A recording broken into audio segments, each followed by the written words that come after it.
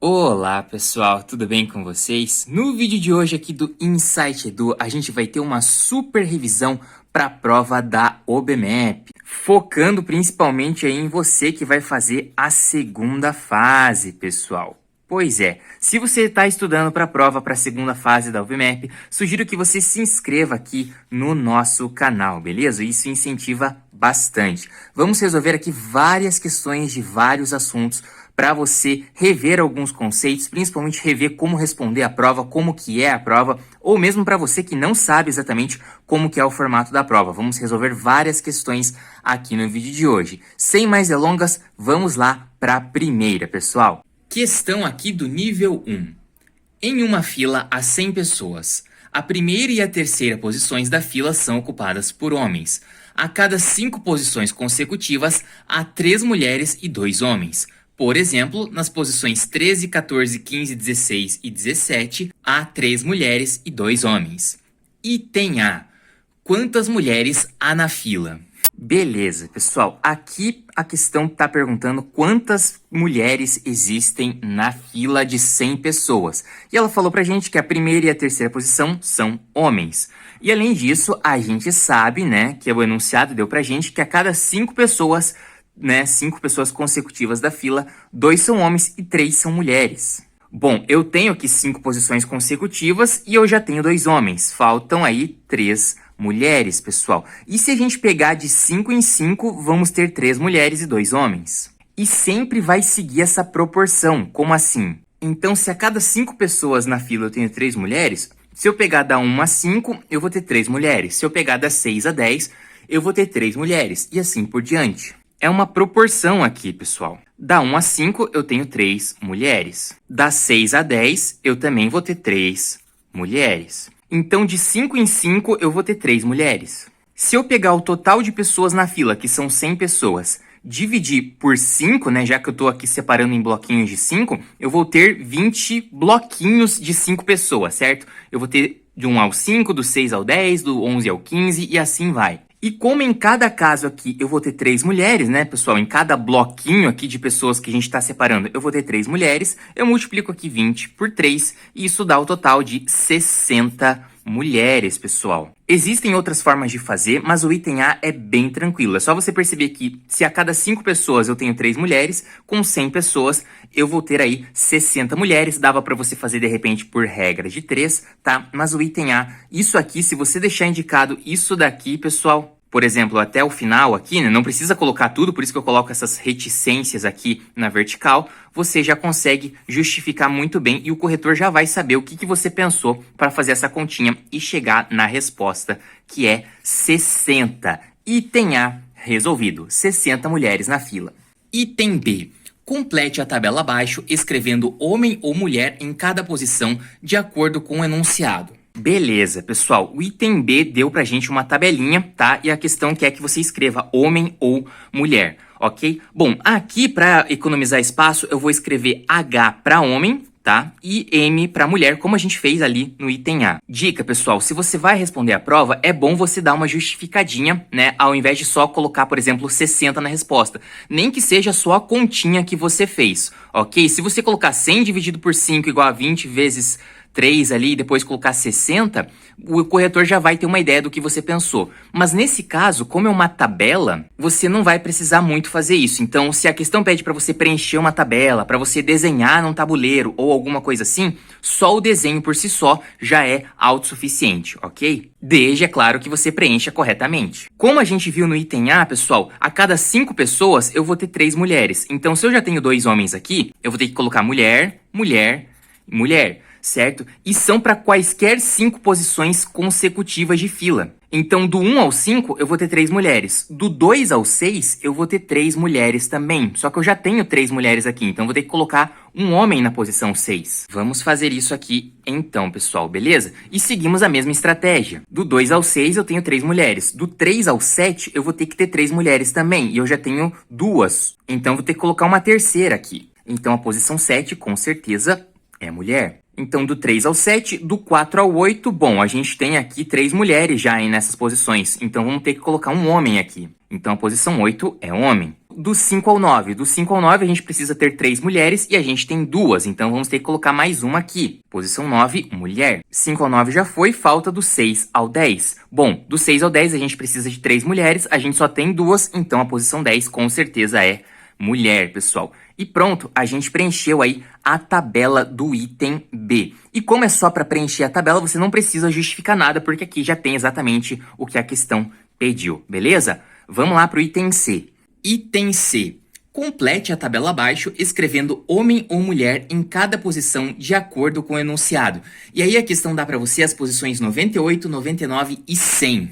Beleza, pessoal. Item C pede para você ali escrever, completar uma tabela. Então, mais uma vez, a gente não precisa justificar, só precisa preencher certo, né? Bom, uma forma que você pode pensar é fazer isso aqui que eu fiz até chegar lá na posição 98, 99 e 100 que a questão falou. Mas não é isso que a gente vai fazer no item C, pessoal. É só você perceber que deve ter algum padrão aqui. Bom, pessoal, se você fosse continuar essa tabela, eu vou até continuar com mais um aqui, ó, pessoal. Você já tem aqui do 6 ao 10, então do 7 ao 11 eu já tenho 3 mulheres, eu precisaria colocar um homem. E concorda que tá repetindo homem, mulher, mulher. Homem, mulher, mulher. Homem, mulher, mulher. E assim vai, pessoal. Repete de 5 em 5. Olha só. HM, HMM. Vou separar aqui, ó. HM, HMM. E assim vai. HM, HMM. Então eu já sei, pessoal, que de 5 em 5 repete. E de 5 em 5 é fácil pensar, não é? Os múltiplos de 5, já que a gente vai de 5 em 5, são mulheres. Então 5 é mulher, 10 é mulher,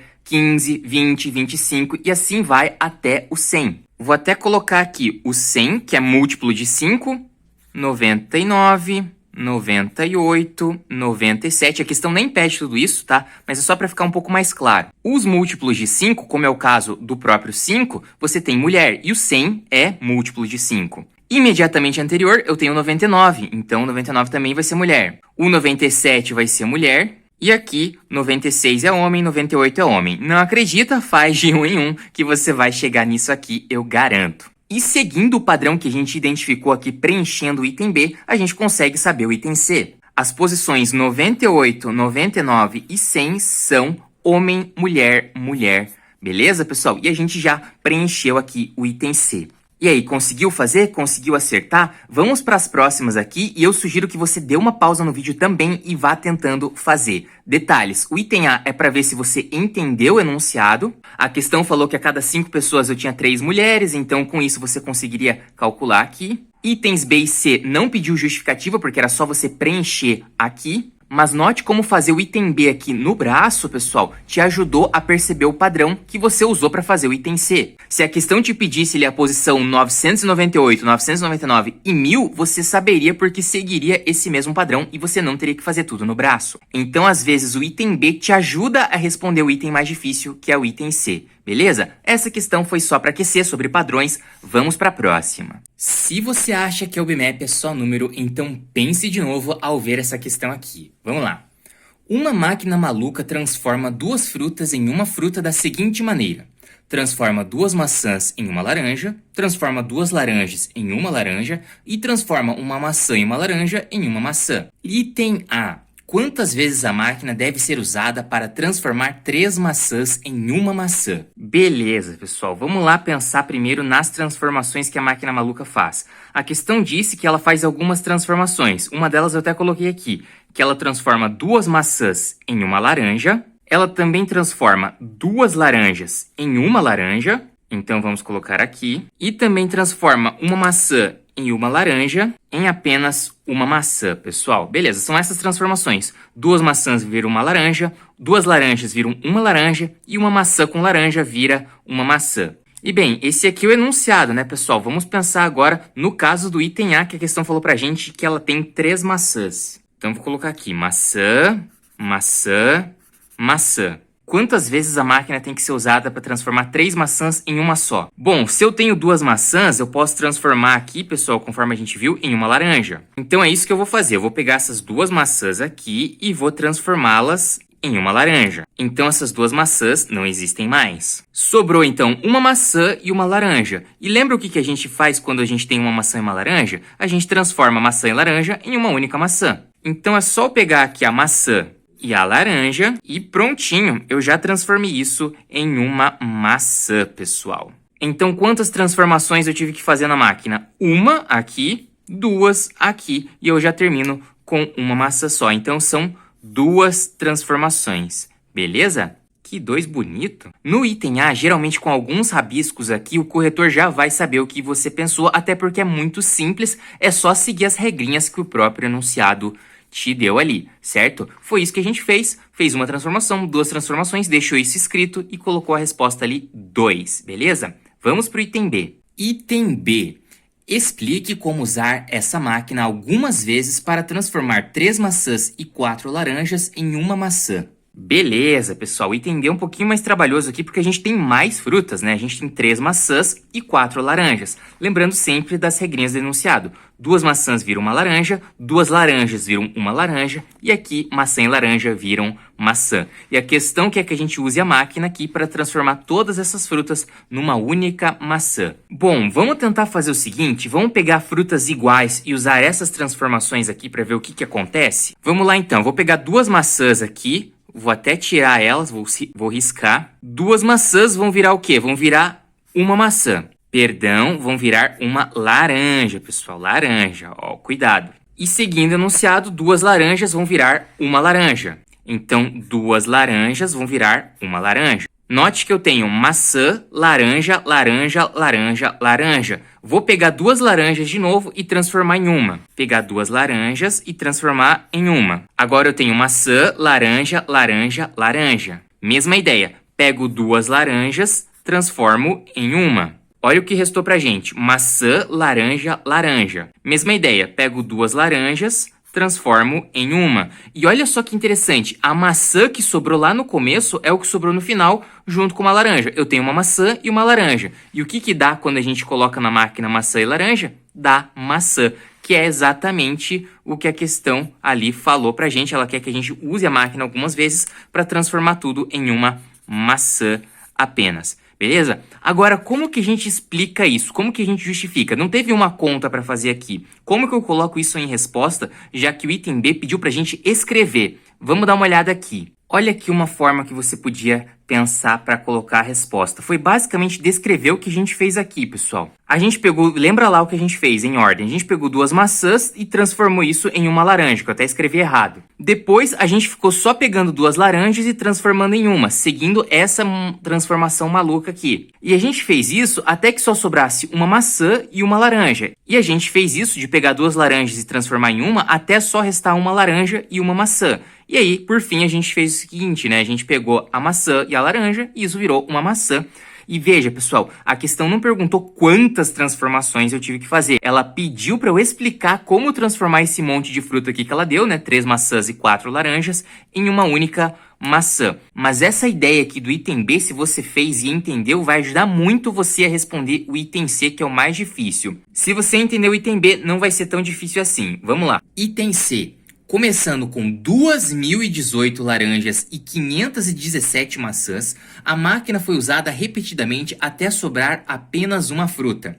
Explique por que essa fruta só pode ser uma maçã. Maravilha! Vamos então para o item C, pessoal. Se você cogitou desenhar aqui 2.018 laranjas, 517 maçãs e ir fazendo a transformação uma a uma para ver qual fruta ia sobrar, meus parabéns, você não tem muito o que fazer da vida. Aqui, pessoal, a gente tem que achar alguma estratégia para entender, né, por que a questão está afirmando, ela não está perguntando pra gente, que com aquele monte de fruta, aquele monte de laranja, monte de maçã, o que vai sobrar no fim das contas é uma maçã. E para isso, pessoal, eu vou voltar a fita lá no que a gente tinha no item B. O item B deu pra gente, pessoal, 4 laranjas, eu vou até colocar aqui de volta, e deu também 3 maçãs. E lembra lá no item B que a gente fazendo as transformações, o que sobrava era uma maçã. E o que você precisa ter em mente, pessoal, primeiro é que laranja com laranja vai dar para você uma laranja. Então, retomando o item B, o que a gente fez? A gente pegava 2 laranjas, transformava em uma. E olha que interessante, independentemente da quantidade de laranjas, eu consigo fazer essa redução aqui até sobrar uma laranja.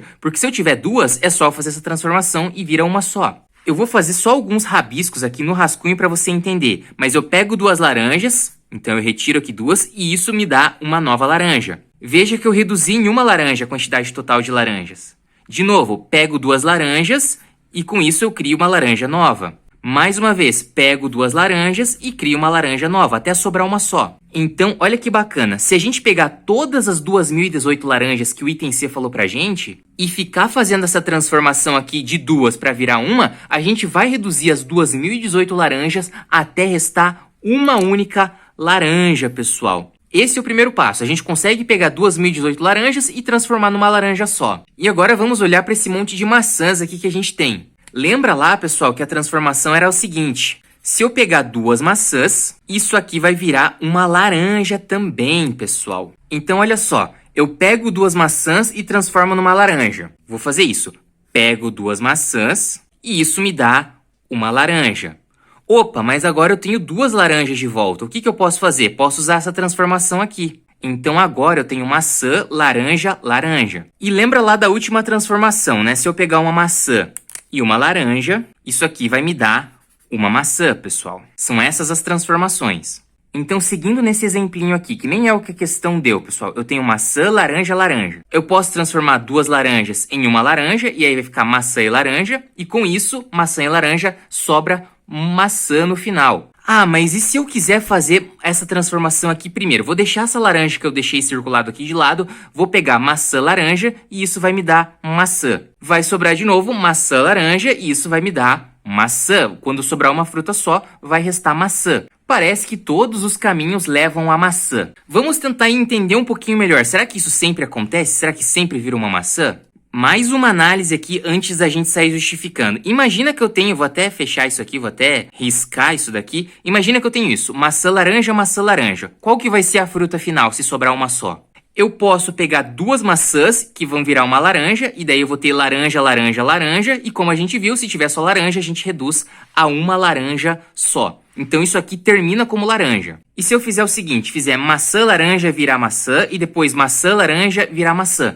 Eu faço essa transformação, eu vou ter duas maçãs daí, certo? Porque maçã mais laranja fica só maçã. E duas maçãs, no fim das contas, vai virar uma laranja. Então nesse caso aqui, parece que sempre vai ser laranja e não maçã.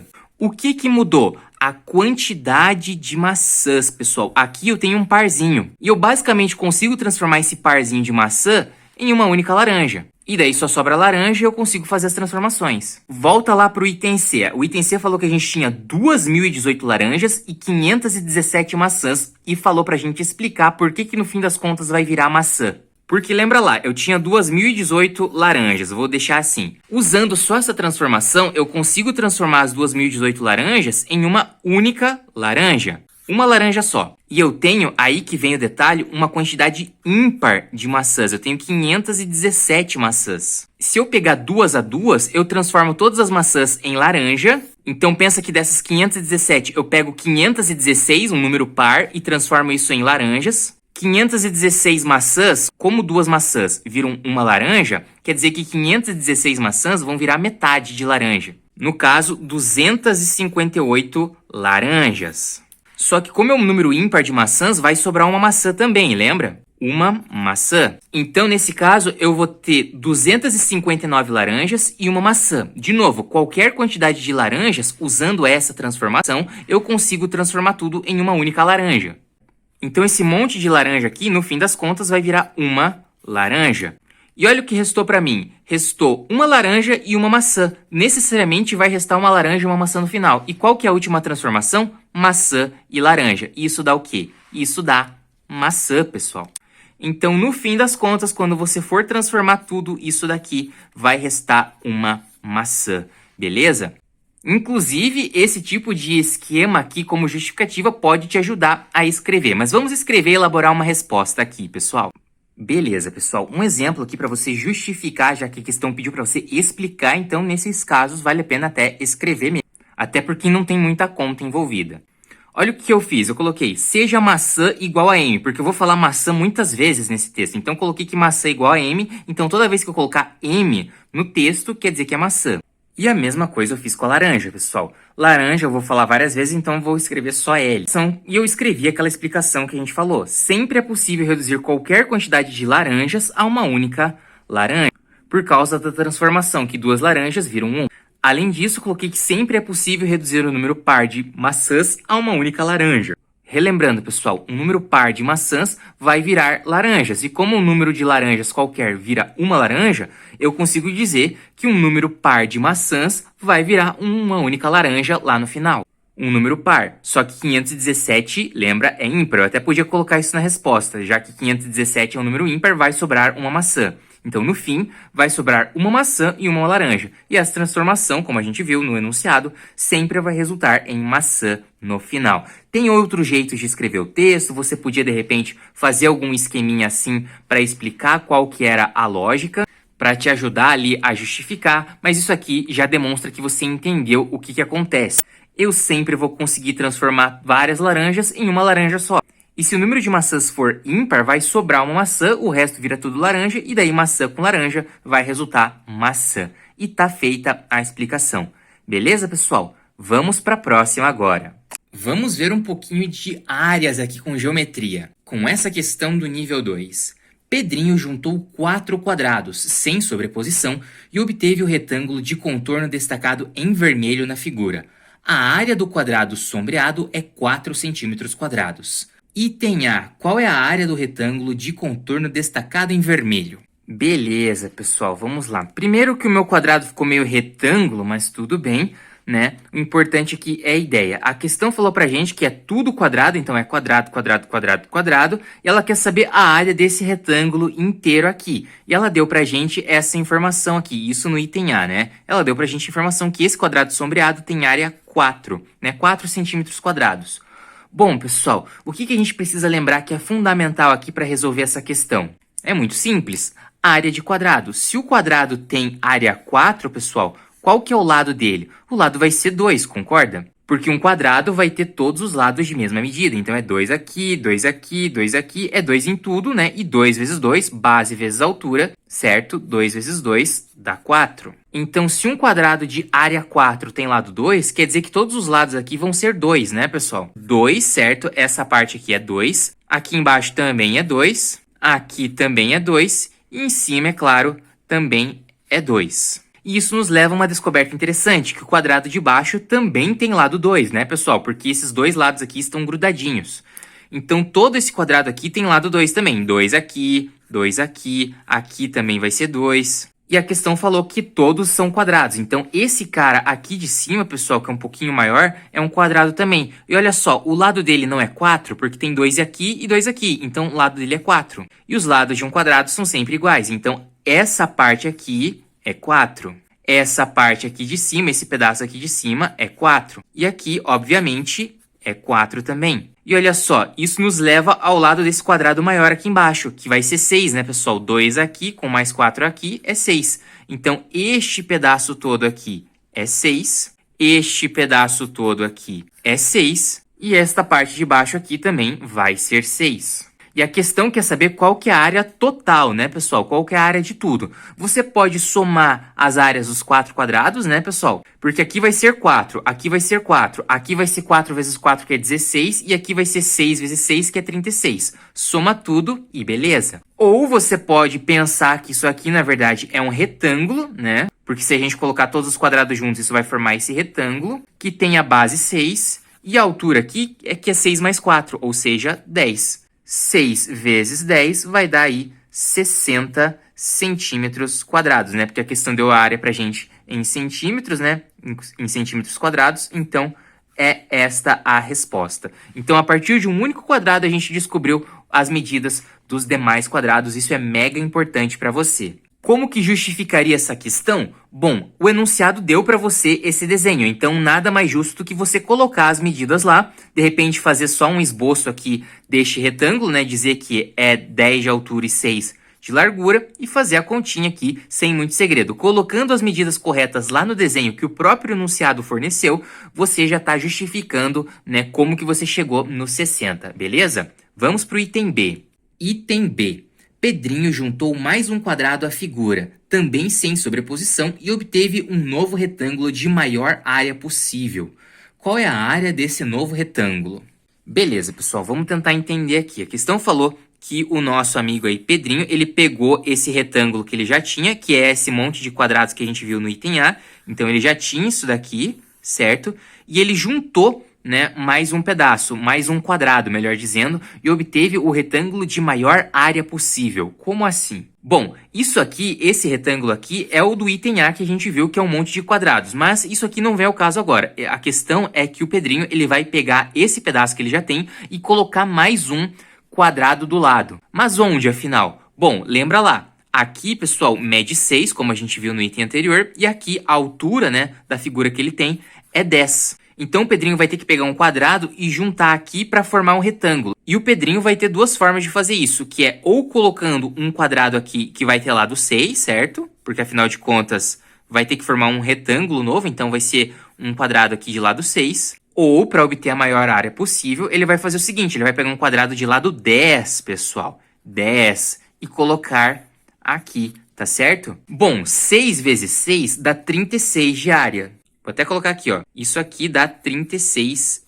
36 de área. Só que 10 vezes 10, pessoal, um quadrado de lado 10, ele vai ter uma área muito maior que é 100, correto? Lembrando que o retângulo original que a gente tinha no item A tem 60 de área. Então aqui, ó, 60 de área. Se ele colocar um quadrado aqui embaixo, ele vai ter 60 com 36, 96 de área. E se ele colocar esse quadradão do lado, que é o que ele deve fazer, ele vai ter 60 com 100, 160 de área. Então é evidente que ele não vai colocar esse quadrado aqui para ter a maior área possível. Ele vai colocar esse outro quadrado. E agora é só juntar as áreas, né? 60 com 100, 60 com 100, vai dar aí 160 centímetros quadrados de área, pessoal, beleza? Se você quiser justificar esse item, também seria bem simples.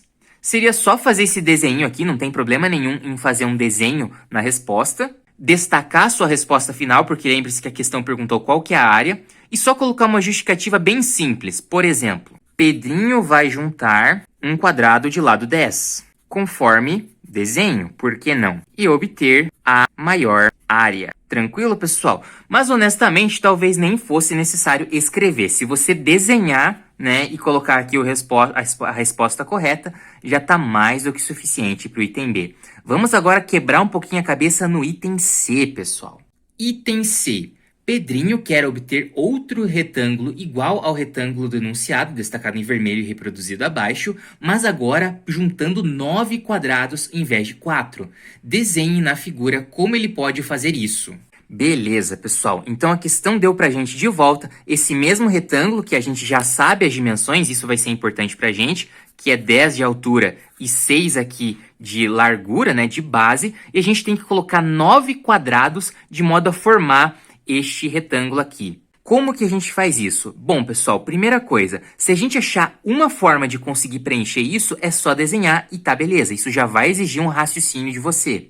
Então não precisaria justificar, até porque existe mais de uma forma de fazer isso e muitas vezes vai ser na tentativa e erro mesmo. Mas vamos tentar achar alguma lógica nisso aqui, pessoal. 10 vezes 6, a gente sabe que a área total desse carinha aqui é 60, que foi o que a gente viu no item A. E vamos pensar agora nos quadrados ali, qual que é a área de cada quadrado. Um quadrado de lado 1, pessoal, ele vai ter 1 de área. Um quadrado de lado 2, ele vai ter 4 de área. Um de lado 3 vai ter 3 vezes 3, que é 9. O de lado 4 vai ter 16. Vamos continuar aqui. O de lado 5, pessoal, vai ter 5 vezes 5, que é 25 de área. Lembrando que eu tenho que pegar 9 quadradinhos e fazer uma área de 60. Eu tenho aqui um quadrado de lado 6, que vai ter aqui 36, beleza? E o quadrado de lado 7, eu vou até desenhar aqui só de exemplo, mas não vai fazer muito sentido. Porque olha só, se eu tenho 10 de altura e 6 de largura, onde é que eu vou enfiar um quadrado de lado 7 ou maior aqui? Não vou, né?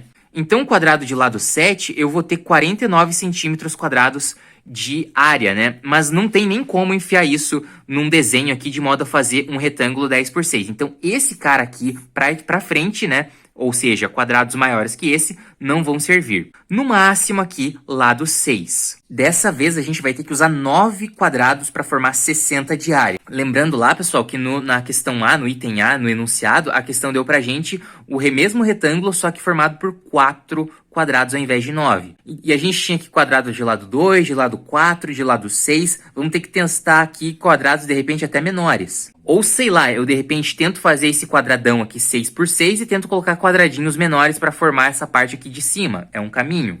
Aqui eu vou colocar a resposta definitiva, mas vamos tentar esboçar aqui um rascunho para ver como que a gente vai fazer isso. Eu posso seguir a ideia que eu comentei, né, que é fazer um quadradão aqui embaixo de lado 6, né, pessoal? Aqui vai sobrar 4 e aqui em cima tem 6. E eu teria 8 quadradinhos para colocar numa área de 24, porque lembra que é 60, aqui embaixo eu vou ter 36, então 24 de área com 8 quadrados. 24 de área, né, com 8 quadrados. E olha que interessante, se eu pegar, por exemplo, o quadradinho de lado 2, pessoal, ele já tem 4 de área. Então, um quadradinho dá 4, 2 dá 8, 3 dá 12, 4 dá 16, 5 dá 20, 6 já dá 24. Se eu pegar quadradinho de lado 2, 8 quadradinhos de lado 2 já vai passar dessa área que eu tenho aqui. Então, eu vou ter que pegar quadradinho de lado 1. E, bom, onde que eu posso enfiar quadradinho de lado 1 aqui, né, pessoal? Para formar uma figura com quadrados. Bom, se eu tenho 6 aqui embaixo, eu vou ter 4 aqui em cima, certo? Eu posso pensar em, de repente, colocar aqui quadradinho de lado 1 aqui, por exemplo.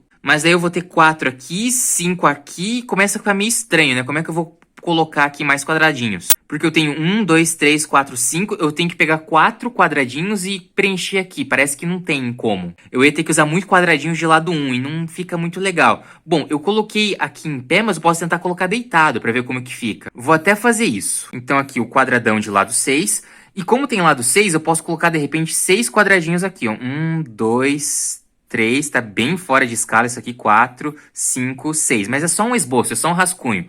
Então eu coloco 6 quadradinhos de lado 1, certo? Com mais um aqui deu 7, falta 2, então eu precisaria colocar 2 aqui em cima. É 10 de altura, aqui tem 1, certo? Porque é um quadradinho de lado 1, então aqui teria que ter 3, já que a altura total é 10. E aqui em cima, pessoal, é 6. Opa, eu consigo quebrar isso aqui, né, pessoal? Eu consigo quebrar isso aqui em 2 quadrados de lado 3, certo? E olha que interessante, 1, 2, 3, 4, 5, 6, 7, 8, 9 quadrados. Eu formei o retângulo que a questão pediu usando 9 quadrados. Beleza, pessoal? Então essa daqui já é uma forma que você consegue desenhar aqui e responder a questão. É a única forma? Não. Existem outras, por exemplo, mais uma que a gente... Vamos tentar achar mais uma aqui para ver se a gente consegue achar outra resolução. E para tentar ter uma ideia, eu vou até voltar aqui na letra A, né, no enunciado, que ele deu essa forma aqui pra gente. Eu posso, por exemplo, tentar quebrar isso aqui em mais quadradinhos menores. E é essa ideia que a gente pode tentar também. Eu vou pegar essa figura aqui que tem 4 quadrados e tentar quebrar em quadrados menores para ver o que acontece. Vamos colocar aqui. Lembrando que tudo isso aqui é rascunho, pessoal. Vamos lá. A questão deu aqui, então, tem lado 2, né, pessoal? Esses quadradinhos aqui. Tem lado 4, como a gente viu. E esse aqui tem lado 6. Bom, eu posso tentar quebrar isso aqui em quadrados de lado 3. Será que dá certo? Eu acho que não, né?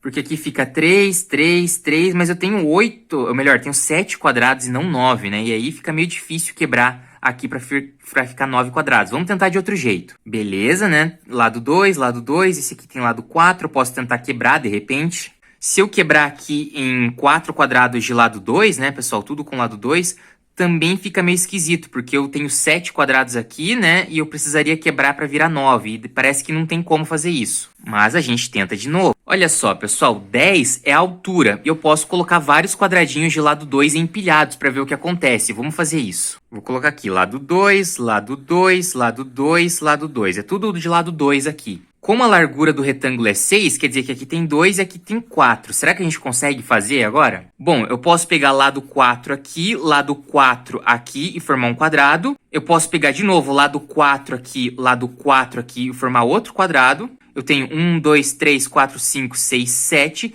E aqui, pessoal, olha só, 4, 4. Aqui vai ter 2, aqui vai ter 4, né? Colocando as medidas, eu consigo quebrar aqui, ó, em quadrado de lado 2 de novo. E olha só, 1, 2, 3, 4, 5, 6, 7, 8, 9. Então aqui é uma forma que a gente achou lá atrás para colocar, para escrever aqui, para desenhar, né, um retângulo a partir de 9 quadradinhos. E aqui tem outra forma. Então são duas formas aqui para a gente popular o nosso desenho. Qualquer uma delas serve, né? E como a questão pediu só para você escrever e todo esse pensamento aqui já é um pouquinho complicadinho para você conseguir achar uma resposta, uma resolução para isso, só o desenho aqui já basta. Eu vou até colocar o desse último aqui só para exemplificar. 1, 2, 3, 4, 5. O desenho não tem que estar muito perfeito, não. O importante é só mostrar qual que é a ideia. E beleza, isso aqui na sua resposta, na sua prova, já é o suficiente para esse item C. Beleza, pessoal? Vamos para a próxima questão. Vamos lá fazer um tipo de questão que a OBMAP adora. Quantidade de números, quantidade de senhas, quantos números satisfazem determinada condição. Vamos lá. Fernanda precisa criar uma senha para poder usar o computador da escola. A senha deve ter 5 algarismos distintos, de modo que, da esquerda para a direita, o algarismo da primeira posição seja maior do que 1, o da segunda posição seja maior do que 2, e assim por diante. Por exemplo, 25476 é uma senha possível, mas 52476 não é, pois o algarismo da segunda posição não é maior do que 2. Item A. Se a senha da Fernanda começar com 9467, qual deve ser o algarismo da quinta posição? Beleza, pessoal. Vamos tentar entender aqui, primeiramente, como que funciona essa senha. A questão falou que a senha é composta por 5 dígitos, né? 5 números, 5 algarismos, melhor dizendo, em que na primeira posição o número tem que ser maior que 1, ou seja, é do 2 até o 9, ok? A segunda posição, o número tem que ser maior que o 2, ou seja, tem que ser do 3 ao 9.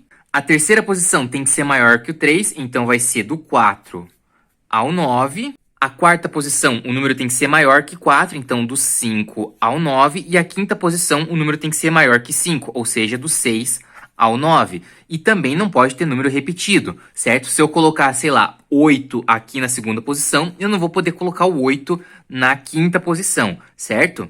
E a questão já deu pra gente um pedaço da senha.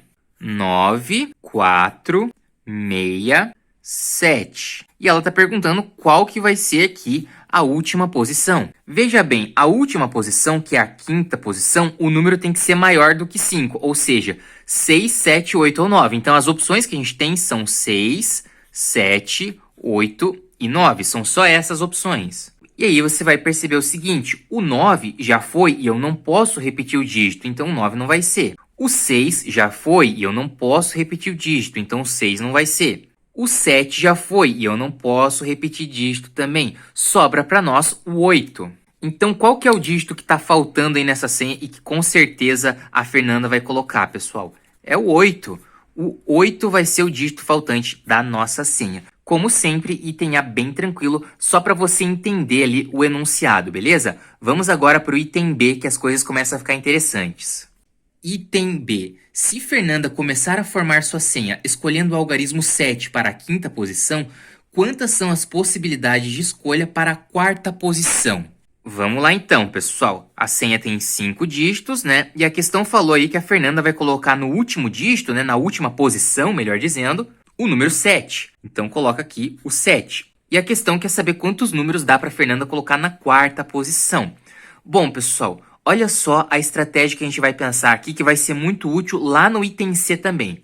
Se eu pensar aqui do primeiro dígito para o último, vai ser um pouco difícil. Por quê? Beleza, eu sei que na primeira posição o número tem que ser do 2 ao 9. Na segunda tem que ser do 3 ao 9. Então, por exemplo, se na primeira posição de senha eu coloco o número 2, na segunda posição eu tenho qualquer opção entre o 3 e o 9, não muda nada. Mas, se na primeira posição eu coloco, sei lá, o número 6, pessoal, eu coloco o número 6. Na segunda posição, o 6 não vai ser mais uma possibilidade. Por quê? Porque eu não posso repetir dígito aqui, pessoal. Então fica um pouquinho complicado se eu tentar começar daqui. Vale começar do último, né? Porque do último eu sei que eu posso colocar o 6, o 7, o 8 ou o 9. Daí eu coloco o número, tem algumas opções para quarta posição. Mas olha só. Na quarta posição, que é o que a gente está vendo aqui, a quarta posição, o número tem que ser maior do que 4. Ou seja, vou colocar aqui flutuando todas as opções. O número tem que ser 5, 6, 7, 8 ou 9. São os dígitos, certo? Mas ora, o 7 já foi colocado aqui. Então, se a senha terminar com 7, eu tenho quantas opções para terminar aqui a minha senha, para colocar o quarto algarismo aqui na quarta posição? Eu tenho 4 opções. São essas aqui, ó, 5, 6, 8 e 9. Então, é essa a justificativa, basicamente. O item B também bem tranquilo se a gente começar analisando aqui a partir do último dígito. Se você colocou o 7 aqui e depois ficou tentando pensar em senhas para depois chegar no quarto dígito, aí pode ter sido meio complicado. Mas a ideia é essa. Analisa primeiro o último algarismo. Por que começa do último e não do primeiro? Porque veja bem, pessoal, olha só. Na primeira opção, na primeira posição, eu tenho várias opções. Eu posso escolher o 2, o 3, o 4, o 5, o 6, o 7, o 8 ou o 9. Tem 8 opções, 8 oportunidades.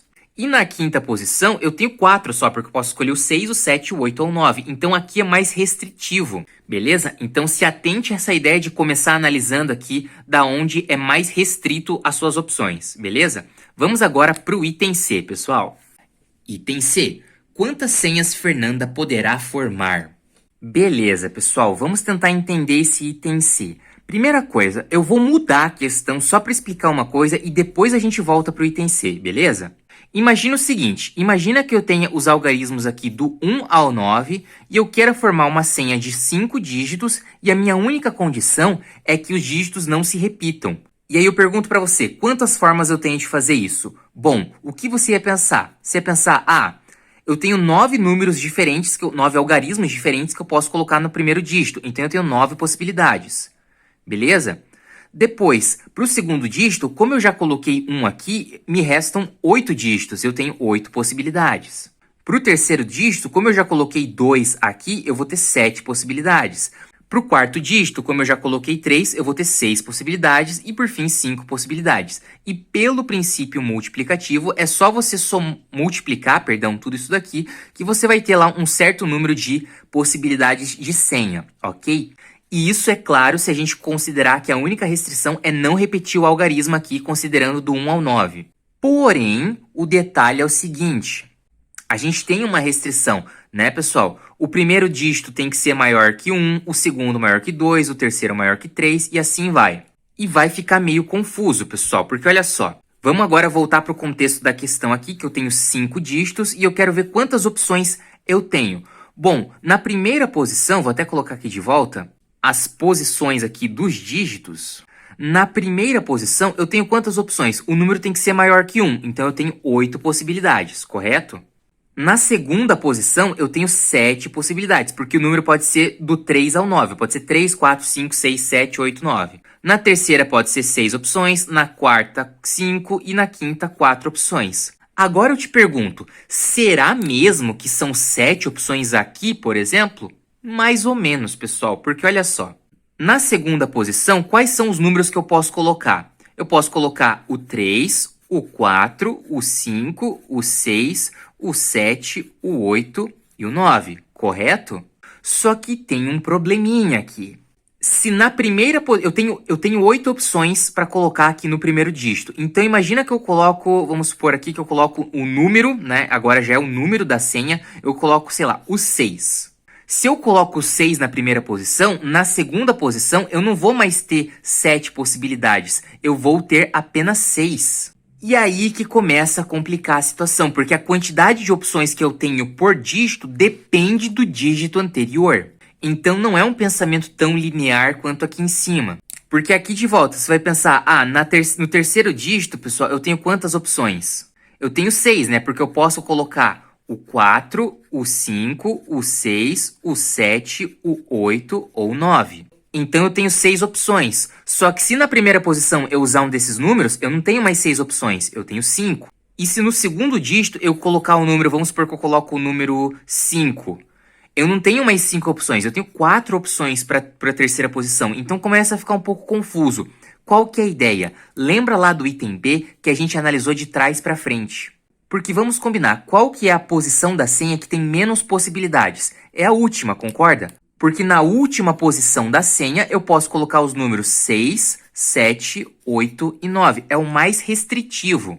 Então a ideia aqui vai ser fazer esse cálculo, só que começando da posição que você tem mais restrições, que é a última. Na última eu tenho 4 possibilidades, então vamos fazer o seguinte aqui, ó. 1, 2, 3, 4, 5 dígitos. E eu vou escrever aqui todos os números que você pode colocar na senha. 2, 3, 4, 5, 6, 7, 8, 9. 3, 4, 5, 6, 7, 8, 9. E assim vai. Estou escrevendo aqui embaixo todas as opções que a gente tem para cada posição. E vamos começar de trás para frente, pessoal. Olha só, para o último dígito, a gente já combinou que a gente tem 4 opções, certo? Eu coloco o 6, o 7, o 8 ou o 9. Então, eu tenho 4 opções, lembra disso, eu tenho 4 opções para colocar aqui na última posição. Vamos supor, só um exemplo agora, eu vou até colocar em verde esse exemplo, que eu coloco o número 8, então eu escrevo aqui o número 8, beleza? Vamos analisar agora a penúltima posição, que também é mais restritiva do que as outras. Em tese, eu tinha 5 opções, mas como eu comecei populando da última, com certeza uma dessas opções aqui, que é do 6 ao 9, eu vou ter usado. No caso aqui, eu coloquei o 8 e me restam quantas opções? Me restam 4 opções para colocar aqui no último dígito. E vamos colocar um exemplo, né? Vamos supor que eu coloquei aqui o número, sei lá, vamos supor que eu coloquei o número 9, beleza? E eu vou popular aqui a terceira posição. A terceira posição, em tese, eu tinha 6 possibilidades. Só que nesse exemplo, o 8 já foi e o 9 já foi também. Então, quantas possibilidades eu tenho para colocar aqui para escrever a terceira casa, a terceira posição? De novo, 4 possibilidades. Tá percebendo o padrão? Vamos supor que eu coloco um número aqui só de exemplo, vamos supor que eu escrevo o 4. Essa senha aqui de cima é só um exemplo, tá? As possibilidades estão aqui entre parênteses. Beleza, agora eu tenho só as 2 primeiras posições. A segunda ainda é um pouquinho mais restritiva que a primeira. Vamos analisar a segunda. Eu tinha, a princípio, 7 possibilidades. Só que quando eu chegar a analisar essa parte aqui, pessoal, com certeza eu já vou ter usado um número aqui para a quinta posição. Com certeza eu já vou ter usado um número para a quarta posição. E com certeza já vou ter usado um número para a terceira posição. Isso me deixa com quantas possibilidades aqui? Nesse exemplo, me deixa com 4 de novo. E beleza, vamos supor que eu usei uma dessas possibilidades para fazer aqui a minha senha. Vamos supor que eu usei o número 6. E chega aqui finalmente no primeiro dígito, que a princípio eu tinha várias opções, mas com certeza uma dessas opções eu usei aqui como última posição da senha. Então aqui uma opção já era. Com certeza uma dessas opções virou aqui o quarto dígito, então essa opção já era. Com certeza uma dessas opções aqui virou o terceiro dígito, então já era. E com certeza uma dessas opções aqui virou o segundo dígito, então já era também. E olha só que bacana. Sobra para nós quantas possibilidades aqui para fazer o primeiro dígito? 4 possibilidades. Então, pessoal, é isso. O que a gente tem que fazer é o pensamento inverso. Daí vamos supor que eu coloco, sei lá, qualquer coisa aqui como primeiro dígito. Mas repara, eu tenho 4 possibilidades para escrever aqui o último dígito. 4 para o penúltimo, 4 para o antepenúltimo, 4 para essa posição e 4 para essa posição. Pelo princípio multiplicativo das possibilidades que a gente tem, é só fazer essa conta. 4 vezes 4 vezes 4 vezes 4 vezes 4. 4 vezes 4, 16. 16 vezes 4, 64. 64 vezes 4 dá 256. E 256 vezes 4 vai dar 1024, pessoal. Então, essa vai ser a nossa resposta. A quantidade de senhas de 5 dígitos que a gente consegue formar, de modo que cada dígito seja diferente um do outro e tenha essa restrição de o dígito ser maior do que a posição que o dígito ocupa, a gente tem 1024 possibilidades. Tranquilo? Essa questão exige de você um certo raciocínio e como ela não pediu para você justificar, se você deixar indicado na resposta mesmo, nem no rascunho, alguma noção aqui do que você está fazendo e deixar indicado a conta para mostrar ali as possibilidades que você tem em cada posição, você já consegue a sua pontuação. Mas dá para fazer uma pequena justificativa também. Você podia deixar indicado algo bem básico como 4 opções para o último dígito, que foi o que a gente viu, depois 5 menos 1. Eu coloquei aqui, pessoal, 5 menos 1 para indicar que eu tinha 5 possibilidades e como eu coloquei um dígito na última posição, eu tenho 4 opções, né, 5 menos 1, para a quarta posição. E a mesma ideia para os outros, né, 6 menos 2 igual a 4 opções para o terceiro dígito, 7 menos 3 igual a 4 opções para o segundo dígito, né? Porque eu já coloquei 3 antes. E 8 menos 4 igual a 4 posições para a primeira posição, para o primeiro dígito. E daí, deixando indicado a continha, você chega em 1024 senhas, ok? Se você quisesse, dava para escrever um textinho um pouquinho mais elaborado. Por exemplo, começando a análise pelo último dígito, tem-se 4 opções. Depois, 5 menos 1, 4 opções. E se você quiser deixar um pouquinho mais rebuscado a sua resposta, a sua justificativa, você poderia colocar algo como pelo princípio multiplicativo e daí deixar indicado a continha para você já garantir aí uma pontuação muito boa nessa questão. Mas, de novo, entendendo a ideia, entendendo aqui o raciocínio e deixando indicado a conta, já estava de ótimo tamanho. Beleza, pessoal? Vamos agora para a nossa última questão desta revisão. Vamos lá! Então vamos agora para esta questão aqui para encerrarmos o vídeo de hoje. Uma questão que caiu em todos os níveis da prova. Então é uma questão bem difícil para o nível 1, é uma questão difícil aí para o nível 2 e é uma questão com um item complicadinho até mesmo para o nível 3. Mas com raciocínio lógico a gente vai conseguir fazer. Vamos lá. Marcela brinca de cobrir todas as casas de tabuleiros quadriculados com peças retangulares e cada uma dessas peças cobre exatamente 2 casas do tabuleiro. Item A. A figura abaixo mostra uma maneira de cobrir um tabuleiro 2x3 utilizando 3 peças. Desenhe as outras 2 maneiras de cobrir com 3 peças o mesmo tabuleiro. Beleza, pessoal. Como a gente já percebeu aqui, o item A serve só para saber se a gente realmente entendeu o enunciado.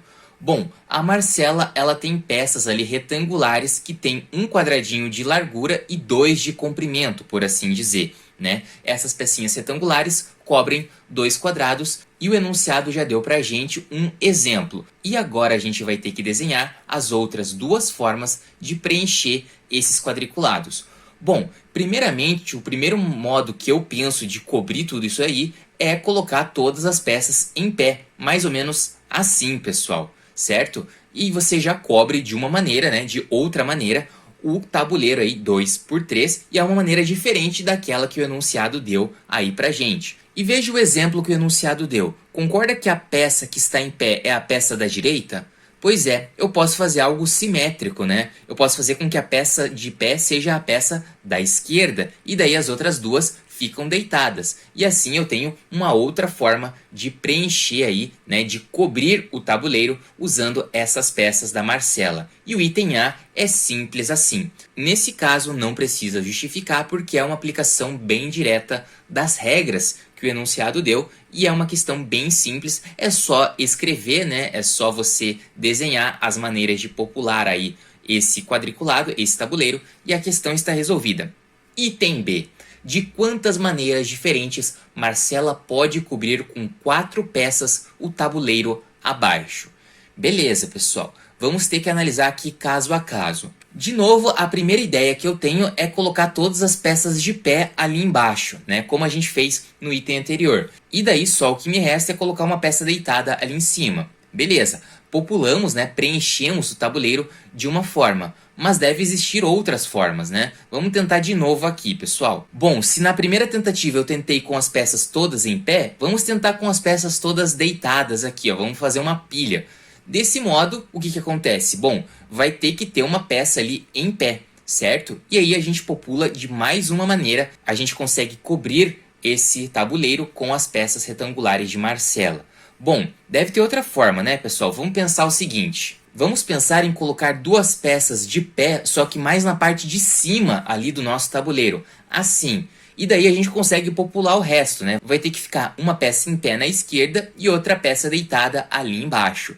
Bom, já temos 3 formas diferentes de popular aí, né? De preencher o nosso tabuleiro. Vamos analisar um pouquinho mais aqui e ver se tem mais alguma forma. Bom, quando a gente tentou colocar as peças deitadas, pessoal, a gente colocou as peças deitadas ali na direita. Agora imagina que eu tento colocar as peças deitadas ali na esquerda, mais ou menos assim. Se eu fizer isso, aí eu vou ter que colocar uma peça deitada em cima e uma peça em pé na direita, pessoal. E veja que eu populei, que eu preenchi o tabuleiro de mais uma forma, ok? Bom, parece que a gente examinou todos os casos. Vamos só dar mais uma pensadinha para garantir. Começando ali pela esquerda, se eu colocar uma peça em pé, eu vou ter que colocar outras peças deitadas. Eu posso colocar assim, e aí a gente tem o mesmo caso que a gente já pintou em verde. Ou então eu posso tentar colocar as peças em pé, e daí eu vou ter que colocar uma peça deitada em cima, e isso corresponde ao primeiro caso que a gente fez, em azul. Ou então eu posso tentar colocar uma peça em pé ali em cima, pessoal. E daí para completar o desenho eu vou ter que colocar as peças desse jeito,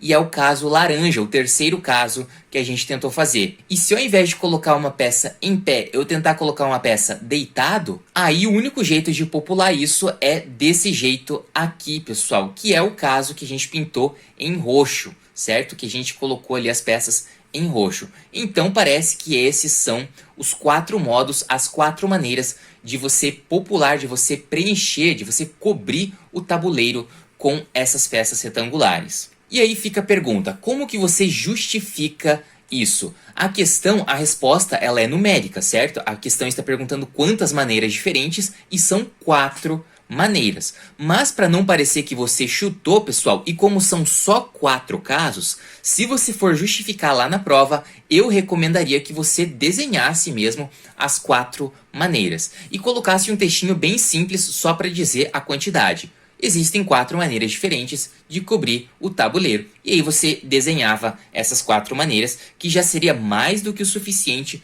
para você ganhar todos os pontos possíveis deste item B. Beleza, pessoal? Vamos agora para o item C, que na minha opinião é o mais trabalhoso, o mais difícil deste vídeo aqui da nossa revisão. Vamos lá. Item C. De quantas maneiras diferentes Marcela pode cobrir com 10 peças o tabuleiro abaixo? Maravilha, pessoal. Se você olhar esse desenho aí, você vai ver que ele tem 20 quadradinhos. Esse tabuleiro tem 20 quadradinhos e, como a gente viu, cada peça de Marcela cobre sempre 2 casas, certo? Então, basicamente, a gente vai ter que jogar essas peças aí em cima desse tabuleiro de modo a preencher, de modo a popular, todos os quadradinhos do tabuleiro terão que ficar preenchidos, terão que ficar cobertos, ok? E aqui começa a ficar um pouco complicado porque você vai reparar que tem várias formas de fazer isso. De novo, eu penso primeiro em deixar todas as peças em pé, é uma forma. Ou então deixar todas as peças deitadas, é uma forma. Mas eu posso deixar todas as peças deitadas e só as 2 de cima em pé. Ou então eu posso deixar só as peças de baixo em pé. E você começa a perceber que tem algumas combinações, várias combinações, que podem ser um pouquinho trabalhosas. Por exemplo, eu posso preencher esse tabuleiro dessa forma aqui. Você vê que tem algumas peças em pé, algumas peças deitadas. Eu posso trocar ali em cima, eu posso trocar só embaixo, eu posso trocar os dois.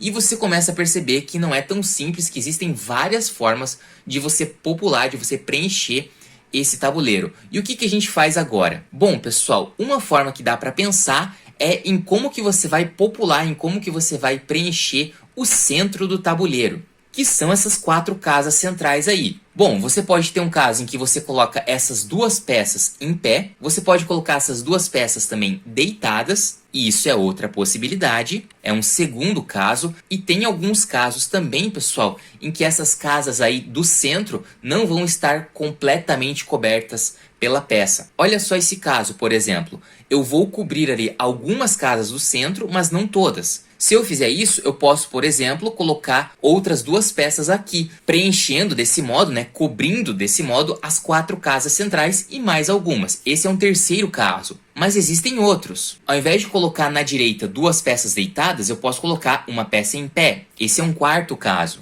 E ao invés de colocar a peça em pé na direita, eu posso inverter. Eu posso colocar a peça em pé na esquerda e as peças deitadas na direita. Isso é um quinto caso. Ou então eu posso colocar peças ali em cima e daí eu tenho que colocar mais peças embaixo, preenchendo todas as 4 casas centrais. Esse é um sexto caso. E bem, ali na parte de baixo eu posso colocar uma peça deitada, e isso é um sétimo caso, que daí a gente também está cobrindo todas as 4 casas centrais, ou virar de cabeça para baixo isso, né? E colocar assim as peças, ok? Eu tenho 2 peças embaixo que estão em pé e uma peça em cima que está deitada. Esse é um oitavo caso. E aqui, pessoal, uma ideia vai ser analisar caso a caso quantas são as possibilidades. Vamos começar por esse primeiro caso aqui, em que eu coloquei as 2 peças bem ali no centro em pé. Se eu preencher esse quadrado no centro, eu vou ter outros 4 quadrados ali para colocar as peças. Nesse quadrado de cima, por exemplo, eu tenho 2 possibilidades. Eu posso colocar ou as 2 peças em pé,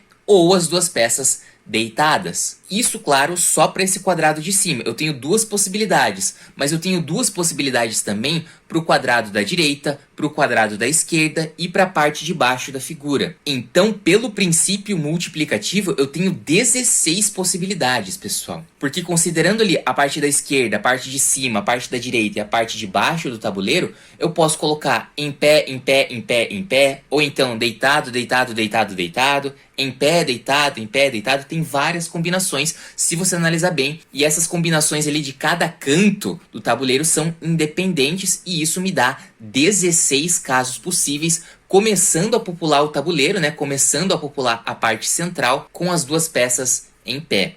Vamos para o segundo caso aqui, em que eu tenho as 2 peças deitadas. E é basicamente a mesma coisa, né, pessoal? No quadrado de cima, eu vou ter duas possibilidades para colocar as peças, ou em pé ou deitado. E a mesma coisa vale para o canto esquerdo, para o canto direito e para a parte de baixo do tabuleiro.